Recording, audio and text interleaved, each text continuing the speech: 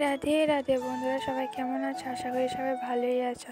তো আজকে আমি সকালে স্নান টান করে পুজোর ঘরে চলে আসলাম। তো এসে দেখি ফুল আগে থেকে তুলে রেখেছে। তো আমি এখন ফুলগুলিকে একটা জায়গায় নিয়ে তারপর তার ডেটগুলিকে আমি ফেলে দেব। ফেলে আমি সুন্দর করে থালাটার মধ্যে ফুলটাকে সাজিয়ে নিয়ে নেব পুজোর জন্য। তো আমি এক এক করে ফুলগুলিকে নিচ্ছি। তো এখানে দেখছি কি ছোট্ট ছোট্ট ফুল, কত না কিউট দেখতে ফুলগুলি। তো আমাদের গাছ থেকে সবগুলি পেরেছে। তো এখন ফুল কমে গেছে। তো আগে তো অনেকগুলি, পুরো থালা ভরে যেত এত ফুল। তো এখন একটু কম। আগে আমি পুরো আসন সাজিয়ে নিচে দিয়ে দিতাম, তারপর থালায়ও দিয়ে দিতাম, তবুও ফুল শেষ হতো না। তো এরপর আমি ভগবানকে স্নান করার জন্য জল নিয়ে নিচ্ছি। জলের মধ্যে একটু গোবর দিয়ে আমি একটা কাপড় ভিজিয়ে ঠাকুরকে প্রথমে মুছিয়ে নেব। তো আমি এক এক করে ঠাকুরকে স্নান করিয়ে নিচ্ছি। এরপর আমি একটা পরিষ্কার কাপড় নিয়ে নিচ্ছি ঠাকুরকে মোছানোর জন্য। তো মোছানো শেষ হয়ে গেলে তারপর আমি চন্দনের ফেসে তারপর এটার মধ্যে তুলসী পাতা লাগিয়ে আমি ঠাকুরকে দিয়ে দিলাম। এরপর আমি বাবা ভোলেনাথকে এখন স্নান করাবো।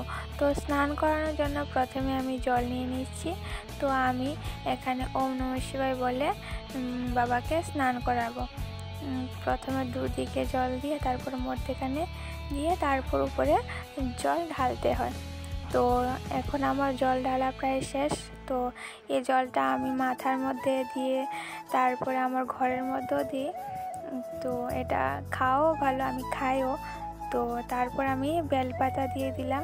তো বেলপাতা দিয়ে তো ফুলগুলির মধ্যে চন্দন দিয়ে আমি বাবাকে ফুল অর্পণ করলাম। তো এক এক করে সুন্দর করে আমি বাবাকে ফুলগুলি সাজিয়ে দিলাম। তো বাবার নীলকণ্ঠ ফুল খুবই প্রিয়, তার জন্য আমি নীলকণ্ঠ ফুল বাবাকে দিয়ে দিলাম।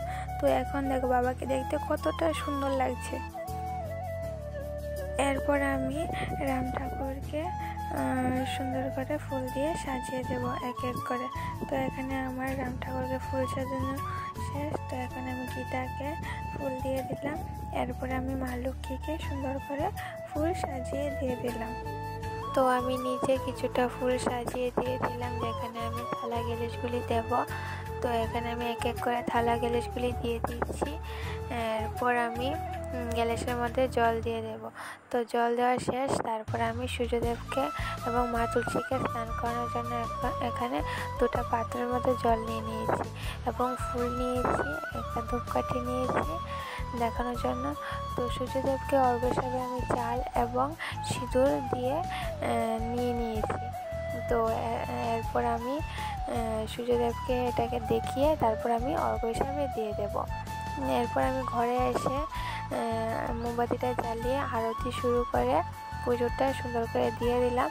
তো পুজো শেষে আমি একটা লিচি খেয়েছিলাম, যেটা মা আমাকে দিয়েছিল। তো তোমাদের ভিডিওটা কেমন লেগেছে? আশা করি ভালো লেগেছে। ভালো লাগলে একটা লাইক, কমেন্ট, শেয়ার এবং সাবস্ক্রাইব করবেন। ধন্যবাদ।